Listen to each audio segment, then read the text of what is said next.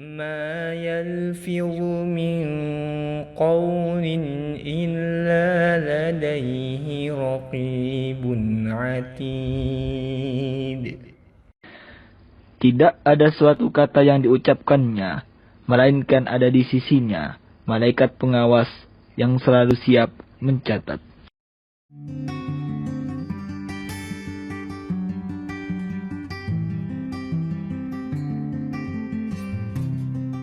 Bismillahirrahmanirrahim. Assalamualaikum warahmatullahi wabarakatuh. Alhamdulillah, wassalatu wassalamu ala rasulillah wa ba'd. Pencinta ilmu komunikasi Islam, bersua kembali kita dalam kajian ilmu komunikasi Islam. Kita masih membincang tentang prinsip-prinsip dasar. Sudah 5 kita bahas, dan hari ini kita akan belajar prinsip yang ke-6 dari 14 prinsip komunikasi Islam. Pertemuan sebelumnya bisa dilihat di link YouTube yang lalu, dan kita sudah membahas tentang prinsip syukur di dalam berkomunikasi. Hari ini kita akan belajar kembali tentang prinsip yang lain, yaitu prinsip pahala dan dosa. Prinsip pahala dan dosa. Pencinta ilmu komunikasi Islam, ini merupakan prinsip penting di dalam Islam dan di dalam berkomunikasi secara Islami. Kenapa? Ini sangat menentukan kemampuan kita untuk membatasi diri, menjaga diri, mengawal diri, sehingga lisan kita tidak mudah untuk mengucapkan hal-hal yang dilarang oleh Allah Subhanahu wa taala. Tangan kita tidak mudah untuk cepat share sesuatu yang tidak layak untuk kita sampaikan, bagikan kepada pihak lain. Itu semua berawal dari prinsip ini. Pencinta ilmu komunikasi Islam, prinsip pahala dan dosa merupakan prinsip pertama yang lahir dari konsep dasar komunikasi berefek dunia akhirat. Ini konsep dasarnya itu, yaitu bahwa komunikasi berefek dunia akhirat. Nah, prinsip dasar yang lahir daripada konsep dasar ini adalah prinsip pahala dan dosa. Pencinta ilmu komunikasi Islam, yang dimaksud dengan pahala dan dosa di sini adalah bagaimana konsekuensi daripada kita berkomunikasi. Bagaimana konsekuensi daripada kita berkomunikasi. Pahala akan didapat pada saat mana orang-orang yang berkomunikasi taat dengan aturan yang boleh dan yang tidak boleh. Mereka taat dengan aturan itu. Dosa akan didapat oleh seseorang manakala dia tidak taat dengan aturan seperti itu. Pencinta ilmu komunikasi Islam, secara umum prinsip utama tentang pahala dan dosa adalah firman Allah Subhanahu wa taala dalam surah Al-Anbiya ayat 94.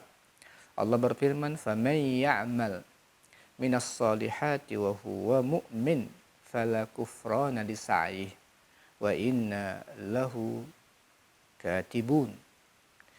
Faman ya'mal minas solihat, barang siapa yang mengerjakan kebajikan, wa huwa mu'min, dan dia beriman, fala kufrana li sa'ih, maka usahanya tidak akan disia-siakan.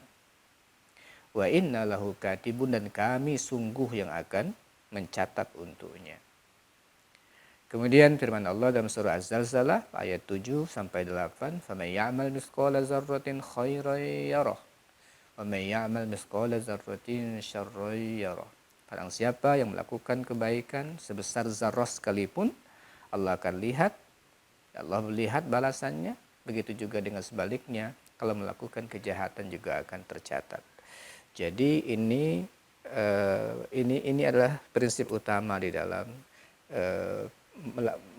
mendapatkan pahala dan dosa, bahwa tidak ada satu perbuatan pun kecuali orang akan mendapatkan balasan. Kalau dia baik akan dibalas yang baik, kalau tidak baik maka dia tidak akan mendapatkan kebaikan atau bahkan mendapatkan ancaman, mendapatkan hukuman dari Allah Subhanahu wa taala. Kemudian kalau kita turunkan ke dalam konteks komunikasi seperti apa? Berkata ikhlas artinya berkata dari lubuk hati. Beramal soleh artinya tidak mengucapkan sesuatu kecuali yang membawa kebaikan. Jadi tidak mengucapkan sesuatu kecuali yang membawa kebaikan. Kalau tidak, lebih baik tutup mulut, diam. Kalau kira-kira ya tidak bermanfaat, lebih baik diam. Kalau sudah pasti membawa kebaikan dan tepat waktu bagi kita untuk menyampaikannya. Jadi kebaikan, kita yakin itu kebaikan. Dan waktunya tepat kita menyampaikannya, jangan sia-siakan kita untuk menyampaikan kebaikan itu. Kesempatan untuk mendapatkan pahala.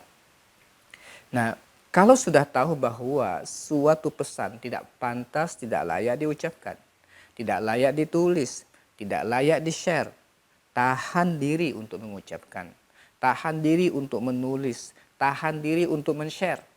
Tahan, karena akan mendatangkan dosa, dan tabiat dosa jika dilakukan akan mengundang dosa berikutnya.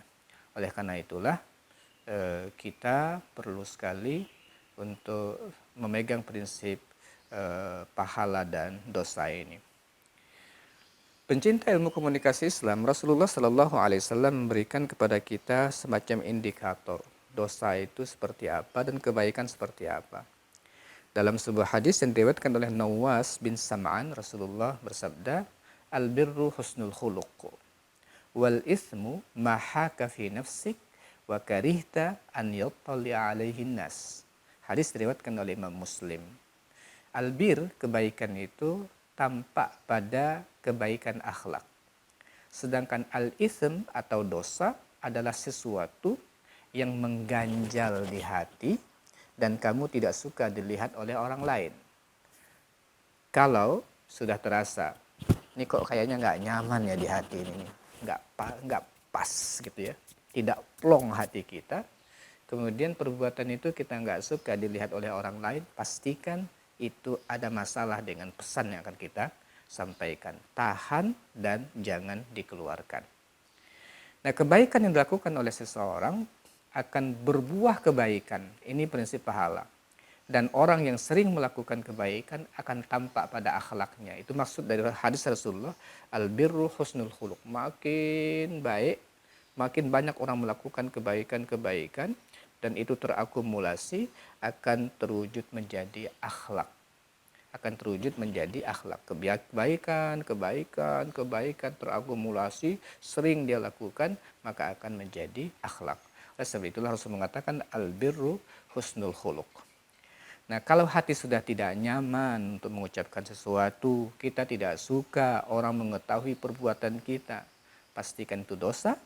Dan kalau kita sudah merasa ragu, tidak nyaman juga ketika ingin mengucapkan sesuatu, apalagi kalau sampai kita tidak mau, lalu kita share, tidak mau nama kita disebutkan, ya, kita pakai nama lain, pastikan itu dosa.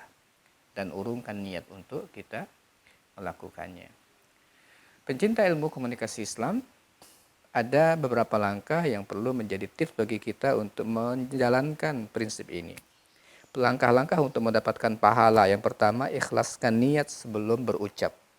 Ikhlaskan niat sebelum berucap. Yang kedua, perbanyak mendengar yang baik-baik.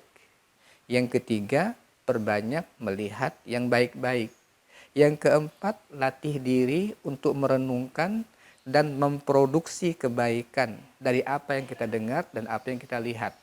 Jadi, ikhlaskan sebelum berucap, banyakkan mendengar yang baik-baik, banyakkan melihat yang baik-baik, apa yang didengar, apa yang kita lihat itu akan tertampung di fuad. Ya. Nah, fuad itu akan memproduksi, orang menyebutnya sebagai hati, ya, tapi ini suatu perangkat yang Allah sediakan untuk memproduksi apa yang kita lihat, apa yang kita baca. Sehingga dia bisa mengeluarkan hasil yang bagus ya. Jadi renungan-renungan kita, hasil daripada melihat yang baik, mendengar yang baik itu akan melahirkan nilai-nilai, kata-kata hikmah dan seterusnya. Dan berikutnya adalah bicarakan yang seperlunya saja. Jangan terlalu umbar mengatakan sesuatu. Apalagi kata orang ember gitu ya, nggak cukup, nggak perlu, jangan diucapkan. Yang secukupnya saja. Contoh bagaimana fuad itu bisa menangkap pesan. Contoh, ada orang sedang turun hujan. Dia berada di teras rumahnya. Dia lihat gitu air turun. Dan kebetulan rumahnya itu ada pancur di tepi atapnya, itu di ujung-ujung atap itu ada pancuran. Dia perhatikan itu, ya, dia perhatikan. Lalu muncul kata hikmah, bisa menangkap dari apa yang dia lihat. Ternyata air itu tidak jauh jatuh dari pancurnya. Nah, itu kata-kata hikmah luar biasa. Dari apa? Dari apa yang dia lihat. Ya. Dari apa yang dia lihat. Pencinta ilmu komunikasi Islam, oleh sebab itu kita perlu memperbanyak mendengar yang baik-baik, melakukan yang baik-baik, kemudian kita perlu untuk mendengar yang baik-baik dan melihat yang baik-baik. Insya Allah fuad kita bisa menangkap itu, kemudian dia renungkan dan dia akan memproduksi yang baik-baik. Contoh hari ini, hari yang memilukan buat banyak kaum muslimin. Hari ini Jumat, pada saat kita rekaman ini hari Jumat, 2 Sya'ban 1441 Hijriah, 27 Maret tahun 2020. Kota Pontianak dinyatakan menjadi wilayah transmisi lokal wabah corona, sehingga dinyatakan berbahaya bagi kawasan ini. Sehingga akhirnya himbauan MUI Pontianak sementara Jumat ini tidak melakukan sholat Jumat. Bagi kita ini sesuatu yang sangat-sangat menyedihkan. Ya. Tapi karena ini adalah keputusan dan untuk menyelamatkan sesama, akhirnya secara pribadi ya, kami mengikuti himbauan tersebut. Tapi ada sesuatu yang mengganjal. Tapi ada hiburan, ya, ada hiburan dari Allah Subhanahu Wa Taala, ya, di hati yang membuat apa yang dilakukan hari ini salat zuhur menjadi agak tenang. Kenapa?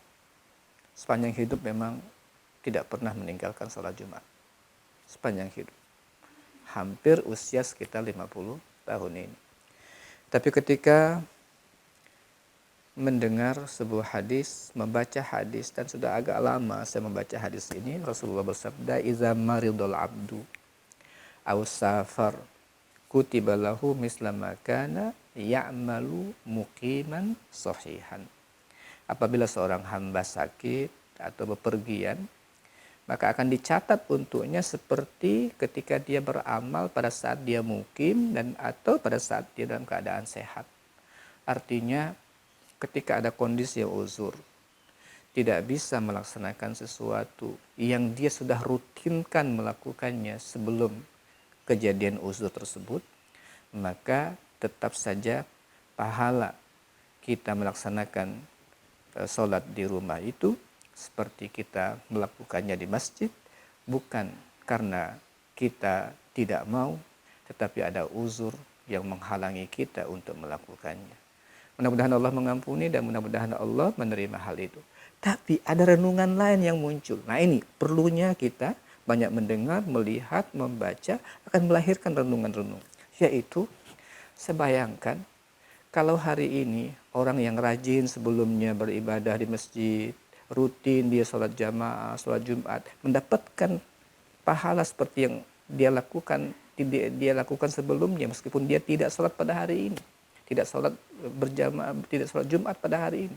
Tapi yang tidak rutin tidak mendapatkan itu. Yang tidak rutin, jarang sholat di masjid, nggak mendapatkan itu. Tetapi masih mendapatkan kesempatan dari Allah Subhanahu wa taala untuk dia bertobat. Dia bisa sholat dari rumah. Tapi nanti ada suatu saat yang amal itu tidak bisa diterima lagi. Yaitu ketika dia nyawa sudah di kerongkongan atau ketika matahari sudah terbit dari barat. Tidak ada lagi waktu untuk beramal. Nah, hari ini kalau kita masih renungkan, masih ada kesempatan untuk kita beramal. Meskipun terhalang dari masjid, tetapi kita bisa untuk beramal dari rumah kita. Manfaatkan. Nah, ini renungan-renungan yang kita perlu untuk merenungkan dari hati kita, ya, langkah-langkah kita untuk mendapatkan pahala dari Allah Subhanahu wa taala. Jadi kita ada 6 langkah tadi. Ikhlaskan niat, lihat nanti di slide-nya ya. Lihat di slide-nya, ikhlaskan niat sebelum berucap, perbanyak mendengar yang baik-baik, perbanyak melihat yang baik-baik, latih diri untuk merenungkan dan memproduksi kebaikan-kebaikan, keluarkan hasil renungan yang layak dikeluarkan dan bisa dipertanggungjawabkan kebenarannya, dan berbicara secukupnya. Pencinta ilmu komunikasi Islam, terakhir, langkah-langkah untuk menghindari dosa. Paling tidak ada 5 langkah. Yang pertama, hindari mendengarkan atau melihat informasi yang tidak baik.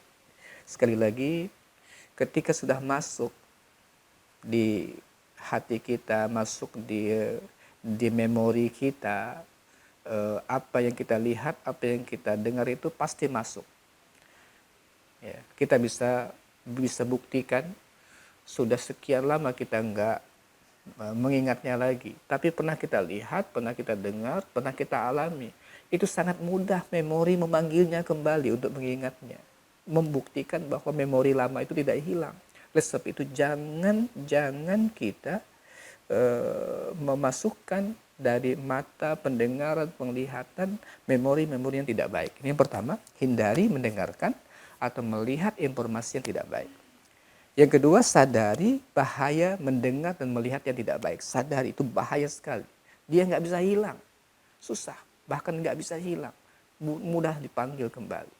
Kemudian, cepat palingkan pikiran jahat yang melintas. Dan sebenarnya pikiran jahat yang melintas selalu berasal dari apa? Yang pernah kita lihat, yang pernah kita dengar. Sangat mudah menggoda kita untuk melakukan yang tidak baik atau memikirkan yang tidak baik. Kemudian saring sebelum sharing. Dan yang kelima, berbicaralah seperlunya.